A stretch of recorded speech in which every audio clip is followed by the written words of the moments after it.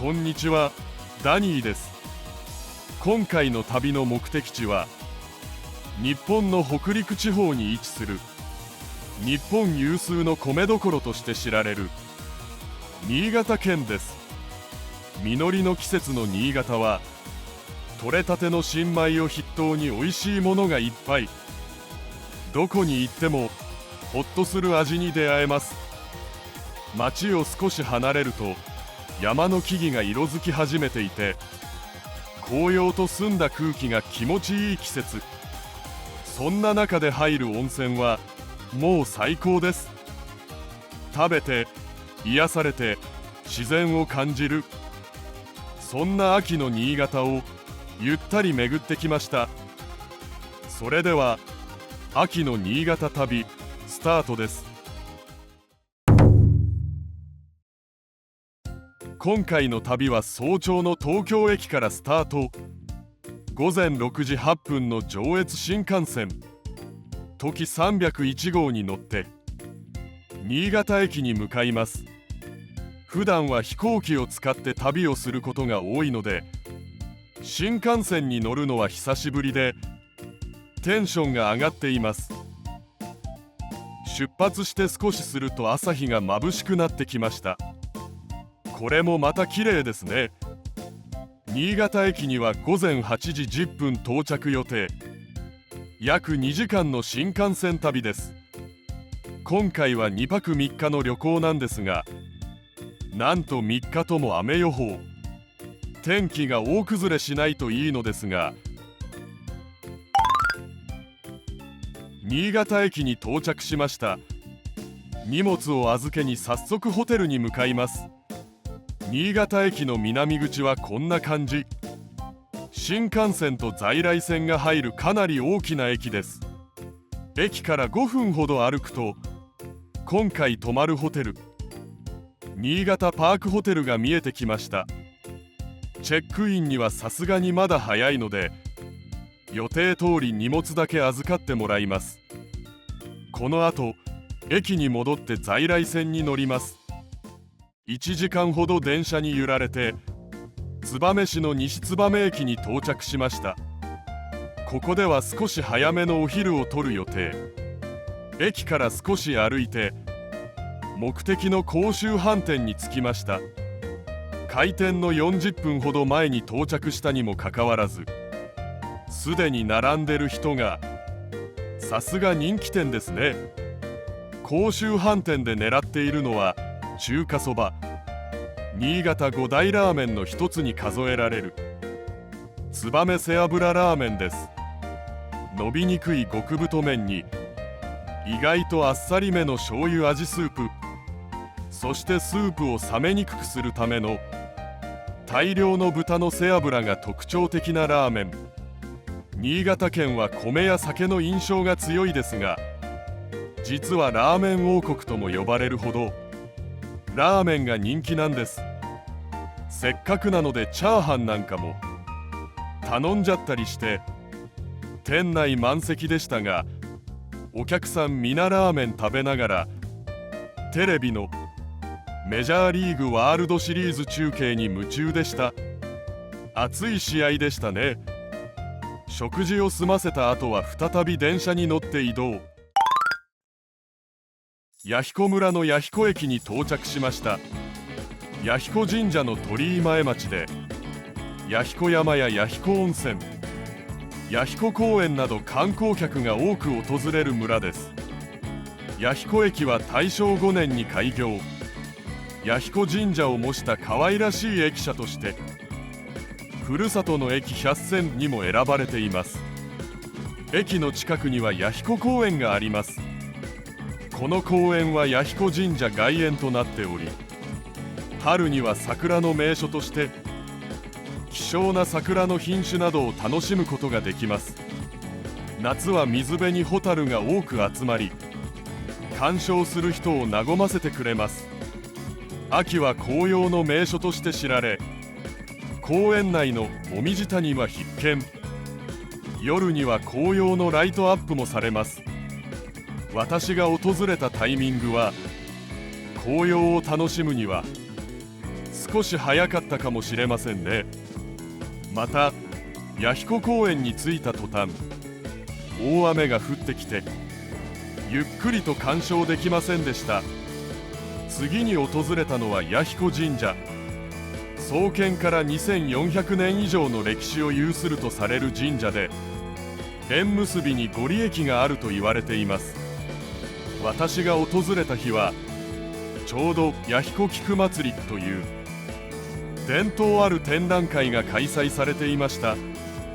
愛好家が丹精込めて育てた素晴らしい花が数多く出展されています。こちらは約3万本の菊で作られた大風景花壇です。毎年テーマを変えて作られるようで、今年は弥彦神社がテーマのようです。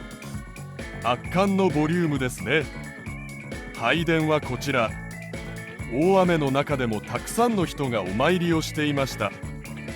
弥彦神社参拝の作法は二礼四拍手一礼で、一般的な神社とは異なるようです。弥彦神社を後にし、次に向かうのは弥彦山。山頂まで行けるロープウェイがあるので乗ります。15分間隔で出発しており、山頂までの所要時間は約5分。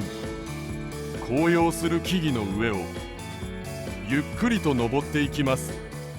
山頂駅に到着しました。地上に比べて気温が低く、ひんやりとしています。弥彦山は標高634メートル。東京スカイツリーと同じ高さです。山頂には弥彦神社の祭神と姫神のご神廟があるそうです。今回はロープウェイを利用しましたが、登山口から山頂まで約1時間半と、初心者でも登りやすいようで、多くの参拝者、登山客が訪れるとのこと。展望台からは日本海を見渡すことができ、佐渡島も見えます。佐渡島もいつか行ってみたいですね。天気が悪かったので今回は行きませんでしたが、このパノラマタワー100メートルあり、建物の一部がゆっくり回転しながら上昇し、越後平野と弥彦山、日本海を一望できるそうです。軽く山頂を歩き、下山するため再びロープウェイの駅へ。駅から見渡せる越後平野がとても美しいです。春の田植えが終わる頃、越後平野の田んぼは水が張られて水鏡となるそうです。また夜にはきらめく夜景と満天の星空を楽しむことができ、こちらは全国夜景100選に選ばれているそうです。5分ほどで下山完了。次の目的地へ向かいます。本当はこの後弥彦温泉に入りたかったのですが、日帰り温泉の入浴可能時間が残り30分もなかったので断念。次の目的地である分水道樫穂にやってきました。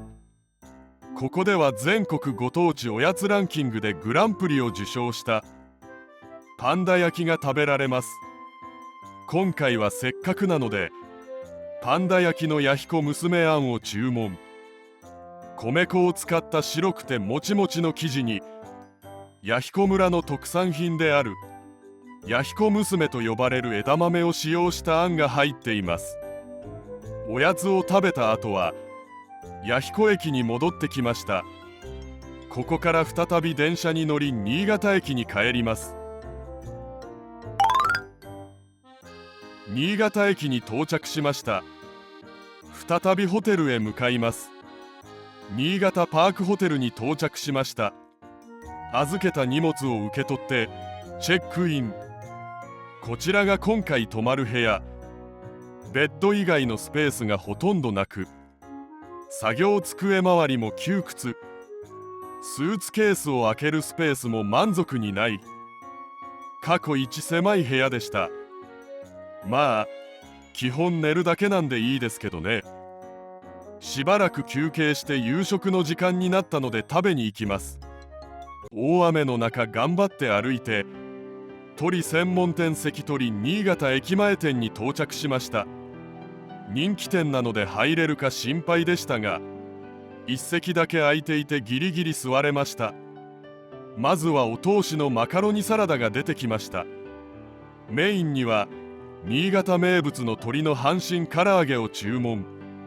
阪神揚げは約60年前に新潟市で誕生し、今や新潟のご当地グルメとして有名です。カレー味なのが特徴で、皮はパリッとし、お肉はしっとりとして絶品。今回は食べやすさ重視でぶつ切りにしてもらいました。阪神揚げのお供に塩おにぎりと鶏スープも注文。このスープとても熱々で提供されるのでやけど注意です。骨の多い半身揚げに若干苦戦しながらも美味しくいただきました。ごちそうさまでした。帰りは途中でコンビニに寄ってデザートを入手。新潟のご当地アイスの桃太郎です。名前は桃太郎だけど味はいちご味、そしてなぜかりんご果汁が入っているという謎なかき氷バーです。桃太郎という名前のルーツは昭和初期にあるそうです。当時は桃の形をした氷菓子が親しまれており、棒付き氷菓子を指す一般名称として桃太郎と定着したそうです。2日目は新潟駅からスタート。この日の旅の目的地は月岡温泉。 JR 白新線でまずは新発田に向かいます。30分ほどで新発田駅に到着しました。新発田駅からは1日3本月岡温泉行きのバスが出ています。駅を出てすぐのところにあるバス停からバスに乗り、約25分で月岡温泉に到着。早速温泉に入りに行きます。湯遊び宿あけぼのに到着しました。こちらの宿では温泉のみの利用もできます。月岡温泉はお湯の色が入浴剤と勘違いされるほど美しいエメラルドグリーンです。ですが季節やその日の天気や気象条件によって微妙に色が変化する7つの顔を持つ湯と言われています。日本でも有数の硫化水素の含有量を誇り、硫黄泉特有の香り効能を持ちます。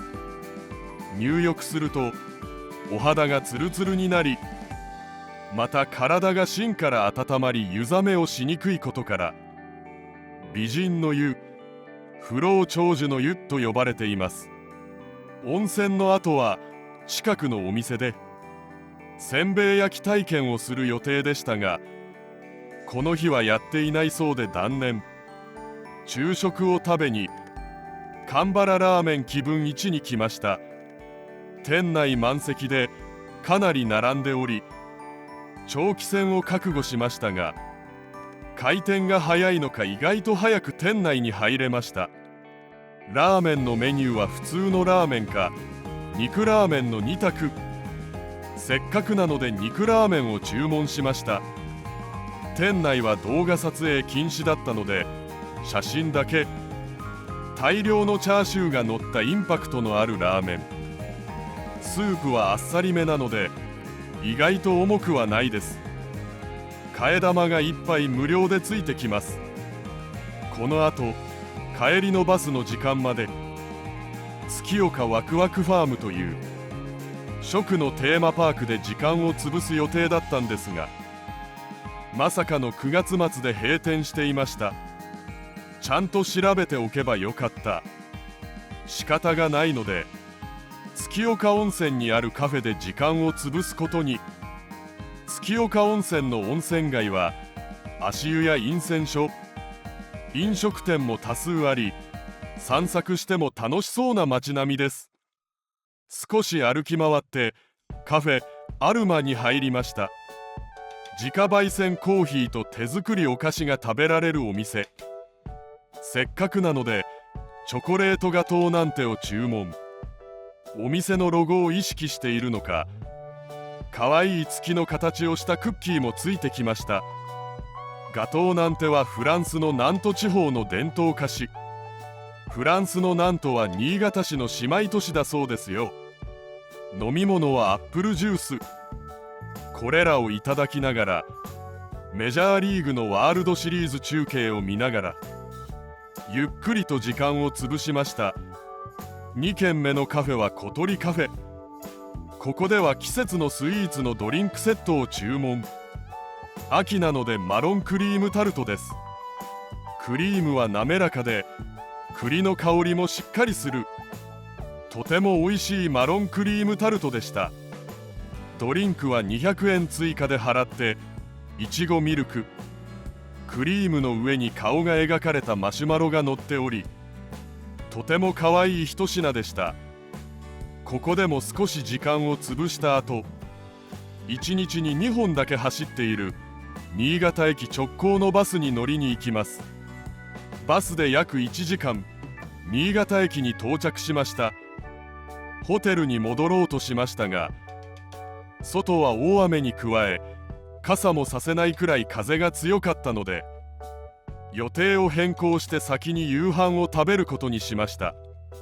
向かったのはとんかつ太郎心新潟店。ここでは新潟のご当地グルメであるタレカツ丼が食べられます。新潟市でカツ丼は一般的な卵とじのカツ丼ではなく、揚げたてのカツを甘辛い醤油だれにくぐらせ、ご飯の上にのせたシンプルなタレカツ丼のことを指します。このとんかつ太郎ではカツの3枚乗った小さな丼も注文できるので、ちょっと小腹が空いた時にも便利ですね。3日目はホテル前からスタート。天気は悪そうですが、この日は新潟市内を観光することに。新潟駅の磐梯口にはこのような可愛いオブジェがありました。夜間は季節に応じた色でライトアップされるようですよ。こちらは磐梯橋。国指定重要文化財にもなっています。日本一の大河信濃川に架かる磐梯橋は町のシンボルとして親しまれているそうです。頑丈な石造りの磐梯橋は美しい連続アーチが特徴的とのことで、横から撮影すればよかったと今更ながら後悔。続いて向かったのは磐梯橋から少し歩いたところにある磐梯シティバスセンターです。ここはバス乗り場だけでなくさまざまなグルメスポットが入ってます。まずはこちら、バスセンター1階にある磐梯そばにやってきました。一見普通の立ち食いそば屋さんなんですが、ここにはバスセンターの名物となっているカレーがあります。こちらがミニカレー。ミニでも結構ボリュームがあります。ルーは一般的なカレーと違い黄色いですが、割とスパイシーで人によっては辛いと感じるかもしれません。かなりねっとりとしたカレーで、一緒に乗ってる福神漬けがいいアクセントになります。食べ進めていくとどんどんやみつきになりそうな、人気なのも納得のカレーでした。続いてはバスセンター2階にある三日月磐梯店に行きました。新潟県に展開しているイタリアンのお店。イタリアンといってもパスタやピザのことではなく、焼きそばにトマトソースをかけた新潟名物イタリアンのことなんです。こちらがイタリアンです。他にもカレーやホワイトソースをかけたイタリアン、季節限定のオリジナリティあるイタリアンもあるそうです。自家製のもちもち太麺にたっぷりのもやしとキャベツの入った優しい味付けの焼きそばに、同じく優しい味付けのトマトソースがかかっています。このイタリアン、昭和35年に誕生したんだそうですよ。腹ごしらえも済んだので次のスポットへ移動します。バスセンターからバスに乗ってトキメッセへ向かいます。トキメッセ31階地上約125メートルの位置に別府湖バカウケ展望室があります。新潟市街地はもちろん、日本海、佐渡島、五頭連峰などの360度の大パノラマを楽しめるスポットです。西側には大きな信濃川、日本海が見えます。晴れていれば佐渡島も見えるようです。こちらは北側、雨でよく見えませんが、新潟空港が見えるそうです。他にも真ん中あたりには新潟県本土と佐渡島とを結ぶ定期航路を運航する海運会社佐渡汽船があります。東側はこんな感じ。画面右下には新潟が誇る春鮮市場のピアバンダイが見えます。海鮮、お肉、青果、お酒、そしてスイーツまで取り扱っています。そして南側です。手前から2番目の橋が先ほど訪れた磐梯橋です。やはり横から見た方が綺麗ですね。そして画面左の方には新潟駅があります。晴れている時の夕方や夜景もきっと綺麗なんでしょうね。悪天候なのが悔やまれます。別府湖は株式会社栗山米菓のブランドです。新潟市に本社を置く企業ですね。代表的な商品にバカウケや干し食べよがあります。ときめっせを後にして新潟駅まで戻ってきました。ここからはノープランだったんですが、白山神社へ向かうことにしました。再び新潟駅からバスに乗って移動です。到着しました。白山神社です。白山神社は新潟の総鎮守として地域の人々から長く信仰を集めてきた神社です。境内、付属公園を含めて約1万坪とかなり広く多くの神様が祀られています。その中でも代表的な神様がくくり姫の狼という女神様で、昔夫婦の神様が喧嘩をした際に仲を取り持ち仲直りさせたと言われています。そのことから白山神社は縁結びにご利益がある神社として知られています。